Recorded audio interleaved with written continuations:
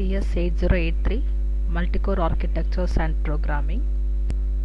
Today we are going to see about deadlocks and live locks and also communication between the processes and threads. So first deadlock. So deadlock அப்படிங்கிறது என்ன அப்படின்னா it occurs when two or more threads cannot proceed its task because of the resources required by the thread may be held by some other thread. So ஒரு ப்ராசஸ்க்கு தேவையான resources வந்து இன்னொரு process hold பண்ணி வச்சுருக்கோம். So அந்த ப்ராசஸ்க்கு தேவையான resources இன்னொரு process hold பண்ணி வச்சுருக்கோம். ஸோ ரெண்டு ப்ராசஸுமே என்ன பண்ண முடியாதுன்னா அதோட டாஸ்க்கை ப்ரொசீட் பண்ண முடியாது.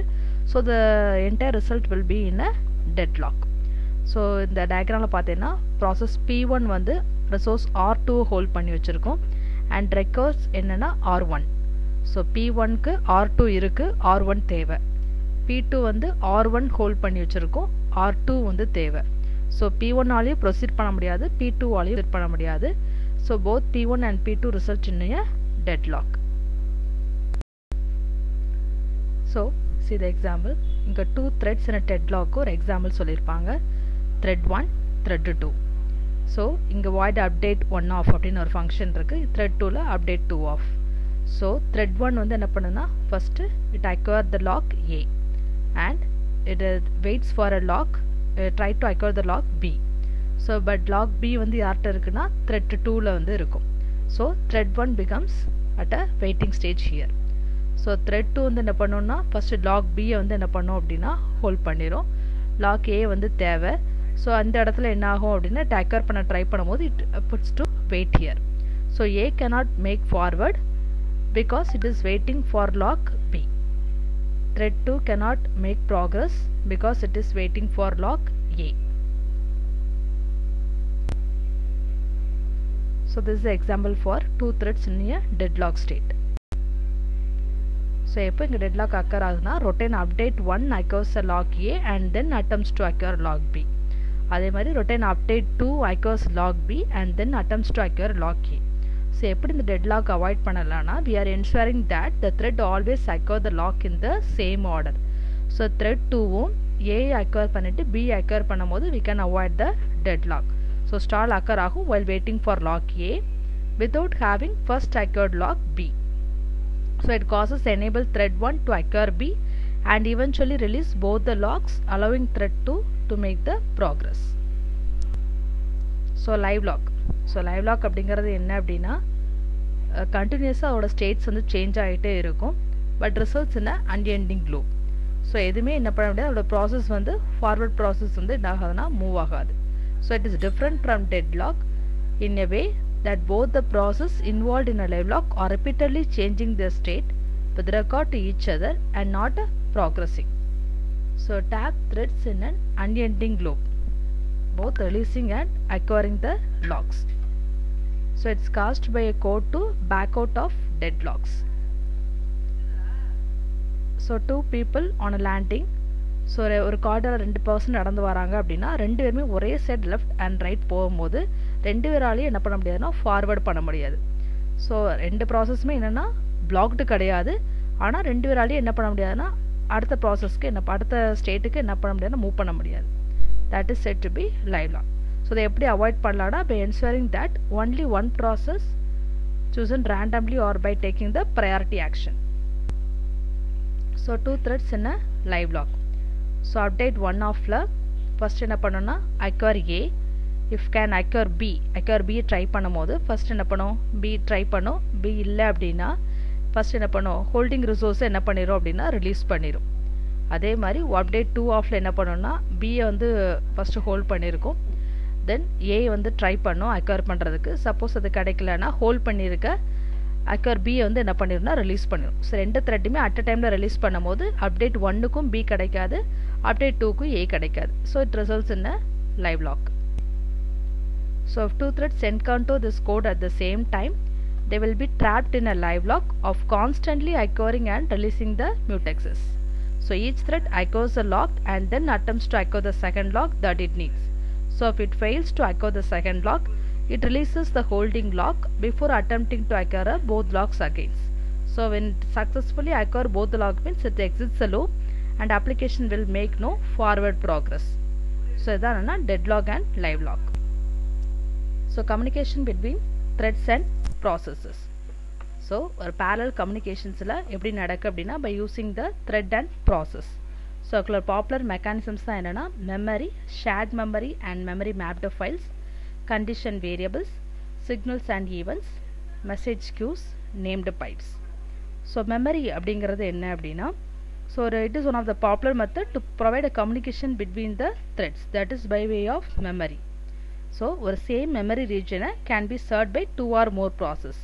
So ஒரு process வந்து shared memory portion create பண்ணும், other process can access it. So the OS involved in a memory mapping segment in the address space of the processes. So mapping முடிஞ்சதுக்கு அப்புறம் all process can perform their read and write operation in the shared memory segment. So ஒரு process வந்து create a shared memory portion, other process can access it. So அந்த shared memory portion எப்படி library call மூலமா create பண்ணும்னா open shared memory of with the unique descriptor. So the descriptor can be name of the file in the file system. So this function will return an identifier. So that அந்த library call வந்து ஒரு identifier return பண்ணும். அதான் என்ன சொல்றேன்னா shared memory object that is used to map the shared memory region into the address space of the client application. So async முடிஞ்சதுக்கு அப்புறம் என்ன பண்ணும், அதோட shared memory portion delete பண்ணிரும். So பார்த்தீங்கன்னா ஒரு identifier இருக்கும். So open shared memory of descriptor, இந்த ID தான் என்ன பண்ணணும், அந்த shared memory portion map பண்ணும். So memory processing நடந்ததுக்கு அப்புறம் it close the shared memory portion and delete the descriptor. So each process should close the shared memory segment after using. Just condition variable. So condition variable ங்கிறது என்ன பண்ணா, it indicates the readiness between the threads by enabling a thread to open up when the condition becomes true. So ஒரு waiting thread ஒரு signaling mechanism மூலமா wake up பண்றதா என்னன்னா condition variable அப்படினு சொல்றோம். So it indicate the, that is communicate the readiness between the threads. So condition variable இல்ல அப்படினா it have to check with the form of polling. So the condition variable is used in solving the producer consumer problem. So producer thread வந்து என்ன பண்ணும், producer thread consumer thread ன்னு இருக்கும். So producer thread வந்து என்ன பண்ணும்னா it adds a data item into the queue. Consumer thread consumes the data from the queue. So ஒரு டேட்டாவை ஆட் பண்ணுறதுக்கு மட்டும் ப்ரொடியூசர் வந்து என்ன பண்ணால் க்யூவில் செக் பண்ணும். ஸோ அதோட நியூ டேட்டா ஐட்டமை அக்கமடேட் பண்ணுறதுக்கு எம்டி ஸ்பேஸ் இருக்கா அப்படிங்கிறத செக் பண்ணும். ஸோ பிஃபோர் கன்சியூமிங் இந்த டேட்டா கன்சியூமர் த்ரெட் என்ன செக் பண்ணணும்னா க்யூவில் வந்து ரிமூவ் பண்ணுறதுக்கு டேட்டா இருக்கா, அதாவது queue contents data item or not அப்படிங்கிறத கன்சியூமர் த்ரெட் கண்டிஷன் வேரியபிள் மூலமாக செக் பண்ணும். ஸோ இந்த ப்ரொடியூசரும் கன்சியூமர்ஸும் அவங்களோட கண்டிஷன்ஸ் வேரியபிள் மூலமாக என்ன பண்ணுவோன்னா க்யூவில் செக் பண்ணுவாங்க. So a producer in the coding la pathina, so a producer thread can produce one item while the consumer is consuming another item. So the process of producer and consumer must be synchronized. So before adding an item in the queue, the producer thread will acquire the mutex lock. So after adding the item in the queue, the thread will release the mutex lock. So if there is only one item exists in the queue, then the producer thread will wake up a consumer thread by signaling it. So அதான் அந்த producer த்ரெட்டில் சொல்லியிருக்கோம். First acquire mutex of, அதுக்கப்புறம் க்யூவில் ஒரு item add பண்ணும், only one item தான் க்யூவில் இருக்கான்னு பார்த்து சிக்னல் கண்டிஷனை சென்ட் பண்ணும், தென் ரிலீஸ் மியூடெக்ஸ். ஸோ அதே மாதிரி கன்சியூமர் த்ரெட்டில் if there are no items in the queue அப்படின்னா it is put to sleep mode and has to be woken up by signal mechanism. So here the acquire mutex then repeat item equal to 0. If no items on the queue means it's wait on the condition variable. So if it has the item on queue, it item equal to remove from queue. So it removes one by one. So consumer thread will release the mutex lock either if there are no items in the queue or all the items consumed by the consumer thread. So consumer thread code with the potential lost wake up problem. So lost wake up அப்படிங்கிறது என்ன அப்படின்னா, ஒரு thread readiness காண்டி என்ன பண்ணும், signal send பண்ணும், but அந்த thread வந்து என்ன பண்ணாதுன்னா அது வந்து ரிசீவ் பண்ணுற ஸ்டேட்டில் ரெடினஸாக இருக்காது. அதை என்ன சொல்கிறோன்னா லாஸ்ட் வேக்கப் ப்ராப்ளம் அப்படின்னு சொல்கிறோம். So it occurs when the signal to wake up the waiting thread is sent before the thread is ready to receiving it. So இங்கே ப்ராப்ளம் எங்கே அக்கர் ஆகுனா ஃபர்ஸ்ட் இஃப் கண்டிஷனில் if there are no items on the queue அப்படின்னா the mutex lock is acquired and the thread waits on the condition variable. So producer thread plays the item and signal the consumer thread between the consumer thread and executing the first if statement acquiring the mutex. So இந்த இடத்துல என்ன பண்ண முடியாதுன்னா consumer த்ரெட்டால் condition வேரியபிளை receive பண்ண முடியாது. So it is said to be last wake up problem. So signals and events அப்படிங்கிறது என்னென்னா ஒரு யூனிக்ஸ் மெக்கானிசம் ஒரு ப்ராசஸ் வந்து இன்னொரு ப்ராசஸ்க்கு சிக்னலை சென்ட் பண்ணும் எப்போனா ஒரு ஈவெண்ட் அக்கர் ஆகும்போது. So it have a handler in receiving process to perform some task upon the receiving receipt of the message. So pressing C then causes 6 signals to send to the process, stop the running application like that. So events ங்கிறது handling of the keyboard presses or pressing one of the mouse buttons. So message queue அப்படிங்கிறது என்னன்னா ஒரு structure that can be served between the multiple processes. So ஒரு shared memory segment மாதிரி message queue என்ன பண்ணோம் ஒரு descriptor use பண்ணும். அந்த descriptor தான் என்னன்னா ஃபைலோட location. So the descriptor is used to create the message queue and also used to attach with the existing message queue. So messages that to be shared is put into the message queue. The first message is located in the first position of the queue and can be retried first. So this is a code for creating and placing messages into a queue. So id equal to open message queue of queue descriptor, then put message in a queue of id comma message, then close message queue, then delete message queue after using it. So named pipes அப்படிங்கிறது என்னன்னா பைப்புங்கிறது என்னன்னா use to pass data from one process to another. So LS அப்படிங்கிற command என்ன பண்ணுவோம்னா டேரக்டரியில் உள்ள எல்லா ஃபைல்ஸும் list out பண்ணும். அது எப்படி லிஸ்ட் அவுட் பண்ணும் அப்படின்னா டபிள்யூசி கமாண்ட் மூலமாக லிஸ்ட் அவுட் பண்ணும். ஸோ டபிள்யூசி கமாண்டுங்கிறது என்னது it counts the number of lines words and character in the input. So அதான் சொல்லியிருக்காங்க command LS is piped into the WC command.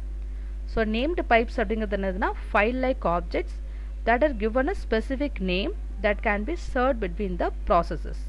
So concept enna pipe is opened, then the data is written into it or read from it, then the pipe is closed. So adha coding irukku make a pipe of descriptor id equal to open pipe of descriptor, then write pipe, then close pipe. After using it we delete the pipe of descriptor.